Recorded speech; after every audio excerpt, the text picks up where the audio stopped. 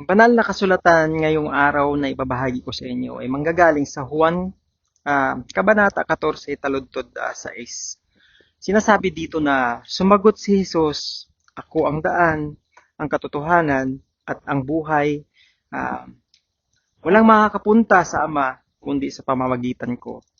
Ang daan pabalik sa Diyos, um, karaniwan na sa kultura ngayon ang paniniwala ng mga tao na ang lahat ng daan ay patungo sa Diyos. Maraming naniniwala na ang lahat ng iba't ibang uri ng relihiyon at sistema ng paniniwala ay magdadala sa atin sa Diyos. Pero ito ang katotohanan. Bagaman malawak na tinatanggap ang ganitong uri ng paniniwala, hindi ito sang-ayon sa sinabi ni Jesus sa Juan Kabanata 14, taludtod 6. Sinabi ni Jesus na siya ang tanging daan patungo sa Diyos. Walang sino man ang makakapunta sa Ama malibang sila'y magtutungo sa pamamagitan ni Jesus. Sinabi rin ni Jesus na siya ang katotohanan na nangangahulugan na ang lahat ng iba pang katotohanan ay dapat na masukat laban sa Kanya. Siya ang walang kinikilingang katotohanan.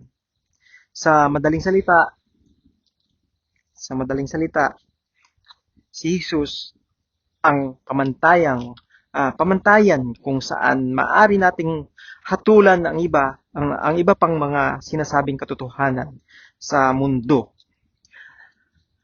Panghuli, sinabi ni Jesus na siya ang buhay at nangangahulugan na sa pamamagitan lamang ni Jesus natin matatagpuan ang tunay na walang hanggang buhay. Ang tunay na buhay ay nagmumula sa pagsunod sa mga salita ni Jesus at sa kanyang landas para sa ating buhay.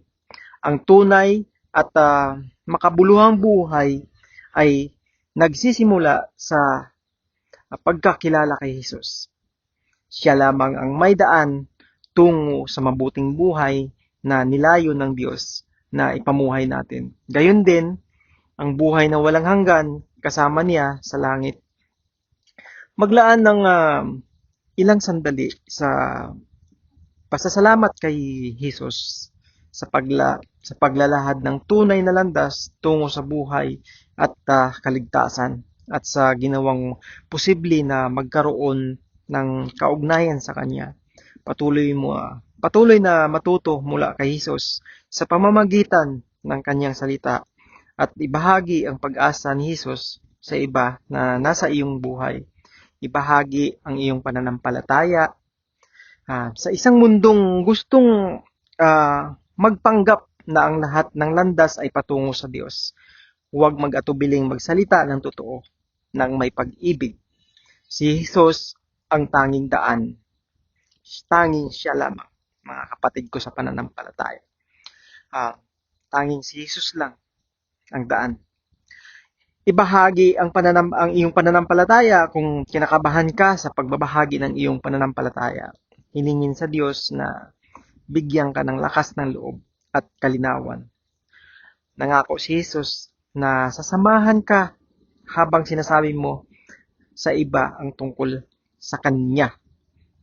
Pangako yan ni Lord, ni Jesus, na nandyan siya sa tabi mo, sasamahan ka niya sa iyong paghihiwatig. Panalangin. O Diyos, salamat sa kaloob na kaligtasan at sa pagiging tunay na nag-iisang daan.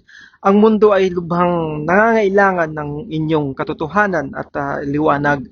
Gabayan ninyo ang aking mga hakbang upang maging matapang sa pagbabahagi ng iyong katotohanan sa mga nakapaligid sa akin. Gamitin ang aking buhay upang ituro ang iba patungo sa inyo.